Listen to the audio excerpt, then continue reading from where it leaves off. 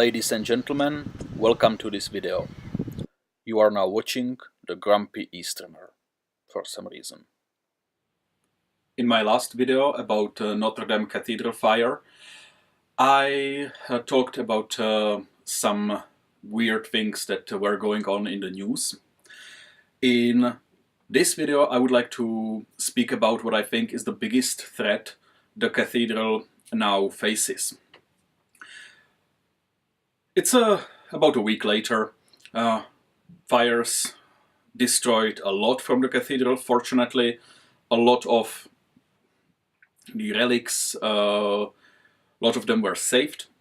And now we will have to evaluate how much the building was damaged. The roof is gone, everything that was there made out of wood or metal, that's completely lost.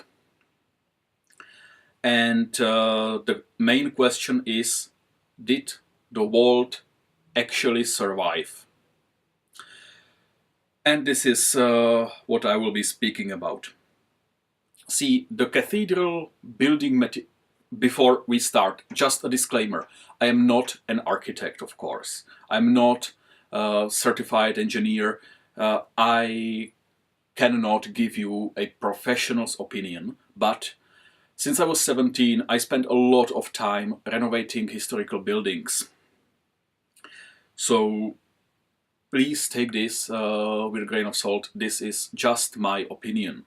It's a long time since I have been to Paris, and since I have seen the cathedral, I didn't try to scratch it with a knife to find out how hard the building material is. I don't know.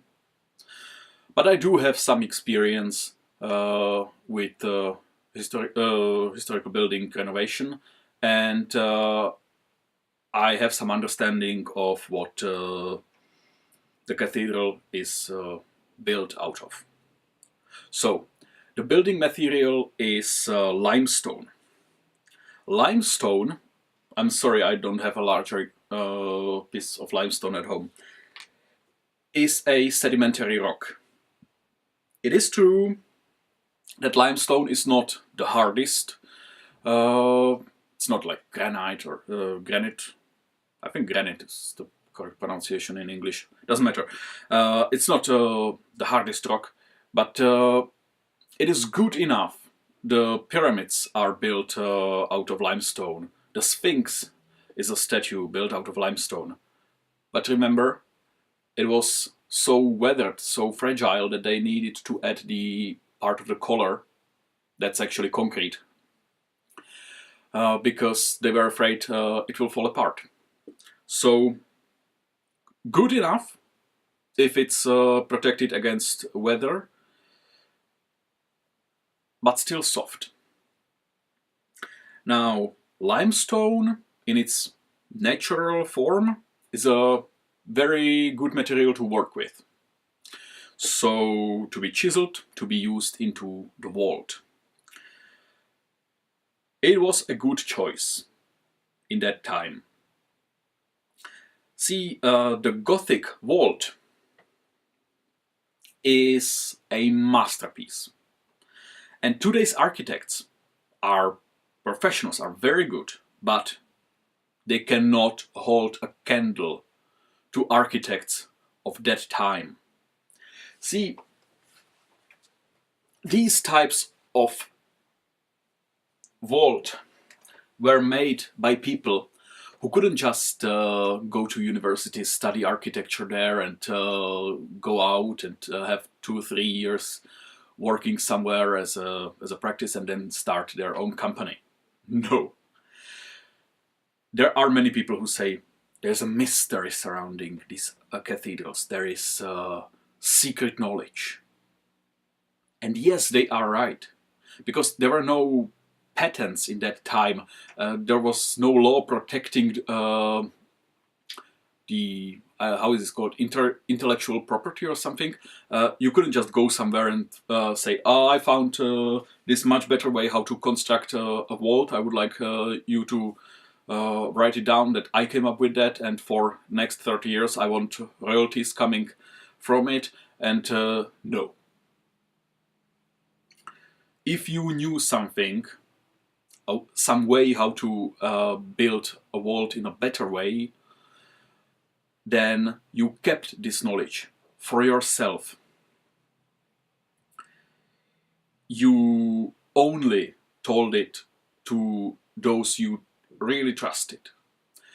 We know the names of people that were building these cathedrals. For example, the cathedral in Prague, I didn't have to look it up, was built by a guy called Matthias Daras, and the one that came after him was Petr Parlers. I know these names because we learn about them the same way we learn about kings in that time. I don't know the name of the bishop, but I know the name of the architect of the cathedral. These people were geniuses. Like, imagine you put together theoretical physicists from the best universities and IT guys from Silicon Valley and rocket scientists from NASA and the best and brightest minds from all over the world, and you give them the resources of the Catholic Church, and you tell them, okay, create this is our project. So these people were trained for generations. These people were extremely smart, extremely skilled, and it wasn't written anywhere. They had to keep it in their head. Whatever they could remember, they had to remember. So sadly, we have no idea how many of these things were built. That was just for illustration, and now to my point. The biggest threat for Notre Dame Cathedral. We have all seen the fire. I do not have information of how hot the fire was, but judging from the fire that reached over the bell towers, I imagine it was pretty hot. You need about 900 to 1000 degrees Celsius to ruin limestone.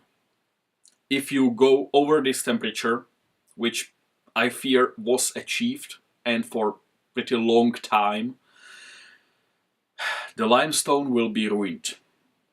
Actually, this is the temperature through which the furnaces turn limestone into a material we call quicklime. Quicklime or burnt lime is something like this. It looks like a rock.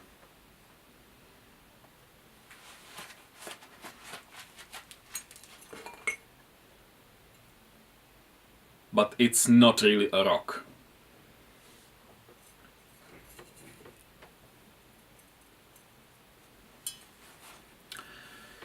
Through the heat, it loses CO2 and it changes its chemical composition. Now you are left with a quicklime, and the quicklime in the form of powder. In the case of the Notre Dame Cathedral, not only quicklime but also ash and molten lead, which is kind of heavy.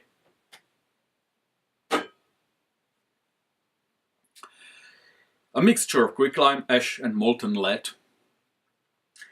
And the firefighters started spraying water on the cathedral, which they had to.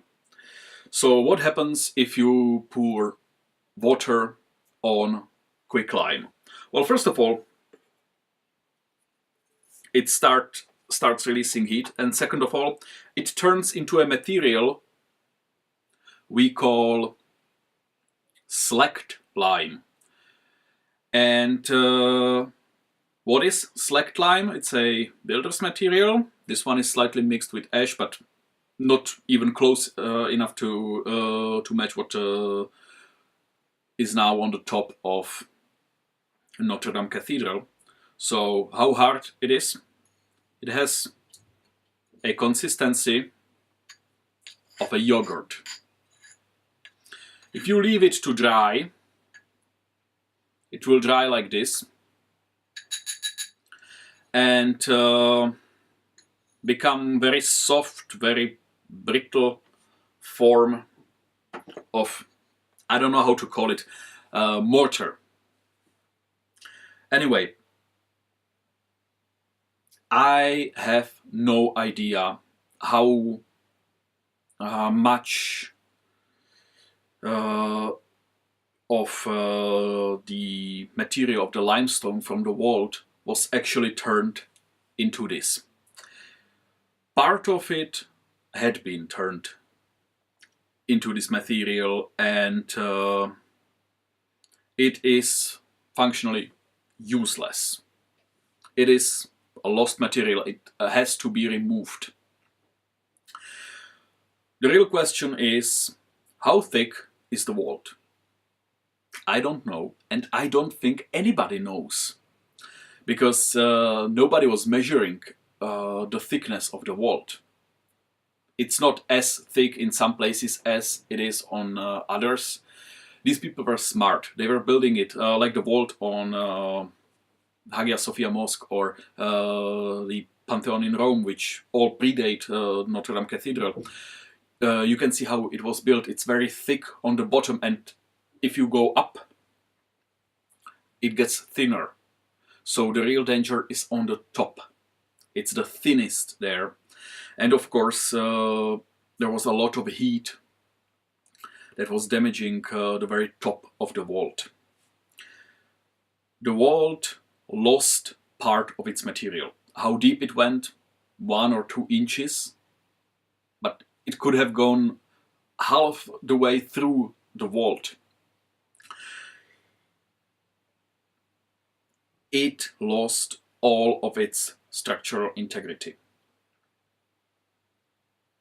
Is it possible to save it? If you look at how thin it is, it resembles a shell of an egg. I think this is the same egg I used in my Easter video. Yeah, it's the same one. Okay. It will survive some of the falling beams.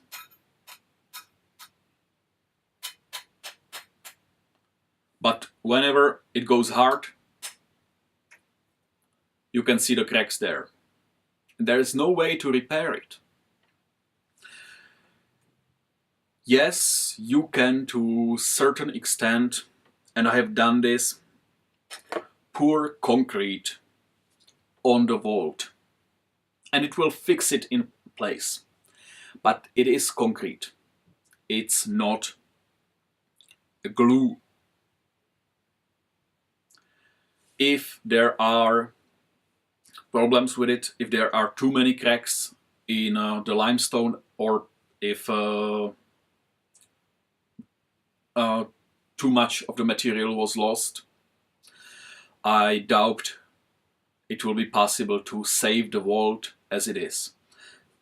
And sadly, there isn't a person alive that knows all the building procedures to renovate a Gothic vault. There are many people who studied this through their entire life. There are experts on renovating these buildings. I know that. I have a great admiration for these people, but all of them will tell you there is no way to determine how much the vault is damaged just from looking at it. Architecture is extremely complicated. What you see here is just a short period of time. I think it's just 70 years. And it's just a short overview. The book I have here is just a short overview of some buildings and some ideas that were used through the time. Please take what I tell you with a grain of salt. I do not have any formal education in this area, but neither do the politicians. I think my neighbor, who is 6 years old, has more knowledge of architecture than your average politician. But these promises, oh, we will save the cathedral, we will rebuild the cathedral, we'll save the vault, they cannot be given now. There will be months of research given just to evaluate how much of the vault we lost. But please remember, the fact that you hear in the media, it's okay, the vault is still standing, that means nothing. We do not know if the vault survived. I would believe the walls are okay, but limestone is a pretty good conductor of heat. There might be microfractures. There might be big cracks. Nobody knows for sure.